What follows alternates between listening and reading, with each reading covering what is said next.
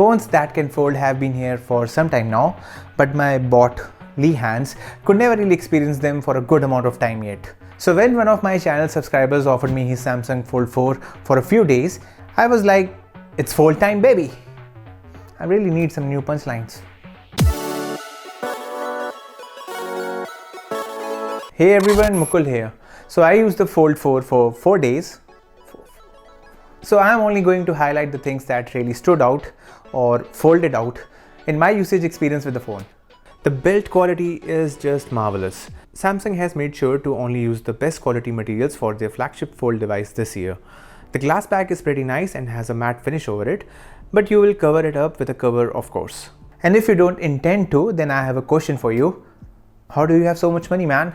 The phone does look like a mini metal wallet from this end, but with the cover I did feel it was a bit hard to use the back gesture on the main cover screen. The camera bump isn't too protruding, which is in quite a fashion these days because phone companies somehow think that people just like big camera bumps and not big butts anymore. They are lying. But still, the camera bump has enough bump to make the phone wobble on any surface with or without the cover. The phone definitely feels heavy and thick when it's folded, but I got used to the weight pretty soon when it was inside my pants. My pants pockets. To be honest, I tested carrying it inside the pocket of my boxer short. Yeah, I had to be very clear this time. But this shouldn't be a problem if you are someone who is already used to flagship phones that don't fold and are still almost as heavy as the Samsung Fold 4. But once you open it, the Fold 4 feels like a light tablet, which is also an easily pocketable tablet. The edges also feel quite thin in hand. You can feel the crease, but you can't really notice it when the screen is perpendicular to the eyes, but at any other angle it will be quite visible. Also, the glossy finish of the screen doesn't help reduce the reflection from the crease. In most of my use case, the crease really didn't bother me much, but then whenever my fingers crossed it, I was again and again reminded of it. Also, if you plan to use a stylus on this huge screen to draw something that is remotely professional, the crease will definitely bother you with its inward bump when the stylus passes the center of the screen. The screen on the front has the same color tuning as the unfolded one inside, but I must say watching content on it is an experience of its own. This foldable AMOLED screen is pretty darn good for consuming content. The best thing about the cover screen is that it rotates like every other phone. So this feels very handy if you ever choose to watch content like this or are just plain lazy to unfold the phone to do stuff an unfolding phone is supposed to do.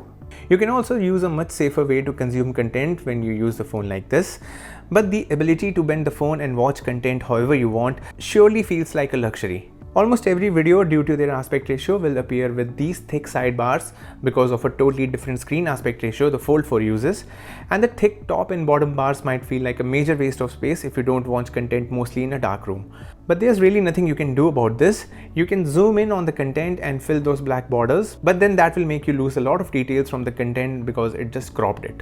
So unless in the distant future there are billions of Samsung Fold users who might just unite and force movie makers to make content specifically for this aspect ratio, well, till then you have to live with these black borders on the Fold. But you would love the slim book form factor if you are someone who loves reading ebooks or digital comic books or the many biased journalism posts online. This aspect ratio is just perfect for such a use case.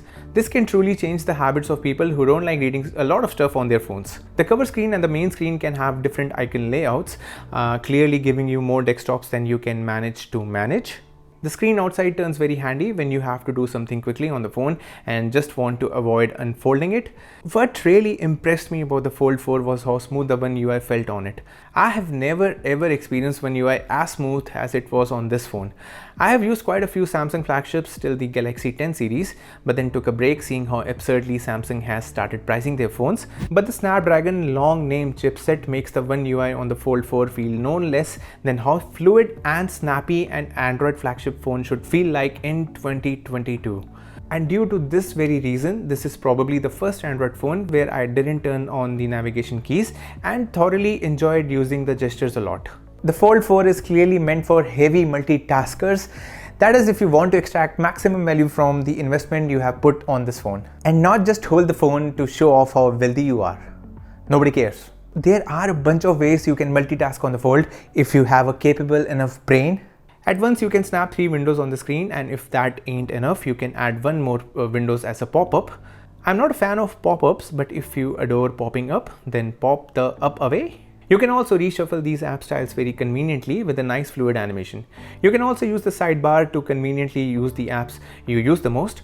Of course, this feature is pretty common in the Android ecosystem on many phones. And you can also use the bottom bar to use the pinned apps regularly.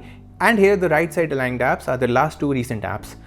Due to the almost 2x screen space, the settings menu would appear as it would on any tablet, but still making the folder phone when you guessed it, fold it. And almost every app can multitask because of the arrangement and the aspect ratio of these two different tiles of screens. This keyboard layout felt very useful and just sits perfectly between the two hands for the most typo-free typing. Oops, oops, and oops. Yeah, I just couldn't spend much time with the phone to get used to it, but I really like this keyboard layout.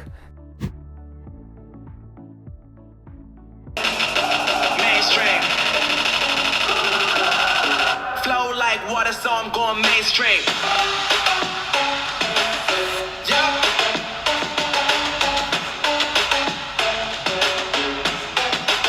I'm going mainstream.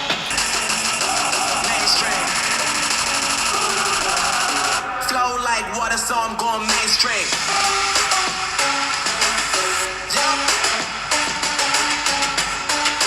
The Fold 4 has ample loudspeakers for its size. It emphasizes more on the overall clarity and rich vocals with less attention to the lows, but for its convenience, I don't think anyone would have any issue with them. I was able to swiftly set up Fingerprint Unlock, one of the fastest fingerprint setups I've ever used on an Android phone, and it always worked blazing fast as soon as I touched the sensor. Touching the fingerprint sensor to open the notification panel can be quite interfering, especially when using the main screen, so I had to turn it off for my use case. The battery on the Fold 4 is insane. I really need to credit the Snapdragon chip used here, with some credit to how Samsung has tried to optimize One UI over the years too. The owner of the phone has always easily gotten 8 to 9 hours of screen on time, which is a huge deal for a Samsung flagship, as they are quite infamous for their average screen on time performance, especially on their flagships. Connectivity is of course no less than the best on the Samsung Fold 4, and I had no trouble accessing my 5 GHz Wi-Fi line and the phone calling everywhere around every nook and corner inside my home. Because there are some corners where there are some dead spots, and the Fold 4 didn't fail. Samsung has given ample cameras on the Fold 4. There's one on the front cover screen and 3 on the back, and one inside on the main screen. But the one inside is the weakest one and takes substandard quality pictures. I am guessing this was mostly made for Zoom calls and such, as those video calls really need to suck, I suppose. Because I didn't have the phone for a long time, I couldn't test the camera much, but I did make some observations in these night shots. By default, the camera doesn't take a longer shutter speed shots for night pictures, and once you turn on the night mode, the shutter takes its own sweet time to capture a shot. For instance, the Samsung shot here took easily more than 5 seconds, whereas the IQ90 took about 2 to 3 seconds. But the Fold 4 retains slightly more clarity on the shot. The ultra-wide sensor isn't that great on the Fold 4 though, and I honestly believe Samsung could have definitely done better in this regard. The 3x optical also lacked details in comparison to the IQ90's 2x optical sensor. The selfie also lacked a lot of details and lighting from the cover screen's camera, but then the Fold 4 has a huge advantage with the cameras due to its folding character. So yeah, the best feature which I really liked about this device is that you can use the whole array of rear cameras as your front camera, so that makes you use the ultra wide sensor and then the 3x zoom also without any hassle. So yeah, in my opinion, this is a huge utility and really just dismisses the other set of cameras on the phone to something which is one of the best set of cameras on a device that you are using, and you can use them as the rear cameras of course, and also the front cameras.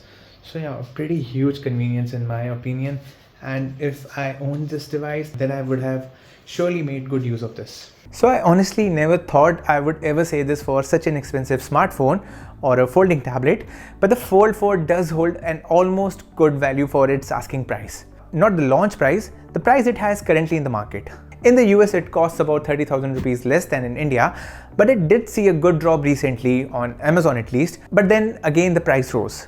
With the classic Watch 4 and the 8,000 rupees cashback, it does land around 1,35,000 rupees, which is a price that is still out of reach for many consumers who just want to own a phone in the end. And at that price, for many, it wouldn't even matter if that phone folds or not. But if you're someone who is eyeing the iPhone 13 or 14 Pro Max and really doesn't understand how and why their cameras are better than the Fold 4, then trust me when I say this that your money would be better invested in a device like the Fold 4 for the crazy amount of feature the hardware alone offers on this device. Personally, I am not a fan of investing so much money in such expensive phones in the first place, but if you are someone who truly does a lot of multitasking and basically needs a portable tablet, then the Samsung Fold 4 is a good option right now in the market. Even after that super ultra expensive premium pricing. Yeah, I hate to admit it, but I'm kinda admitting, because this is really a unique smartphone device which can also turn into a tablet and is also pocketable, but you don't ever need to panic buy it and wait for the offers to come every once in a while to really extract the maximum value of your investment on the phone. Also, Samsung really needs to work more on eliminating the feel of that crease at the center. It's not visible, but you can easily feel it as you work through the phone screen. I mean, this is their 4th iteration of a Fold device, hence the name Fold 4. So yeah, by now they should have innovated something about it. So if you like the idea of seeing your money go into the Fold 4 and want to support my efforts on the video, then you can also use the affiliate links in the description below. You can also hop onto a Discord server for more foldable talks. Take care, humans. Mewbot, who already folds, out.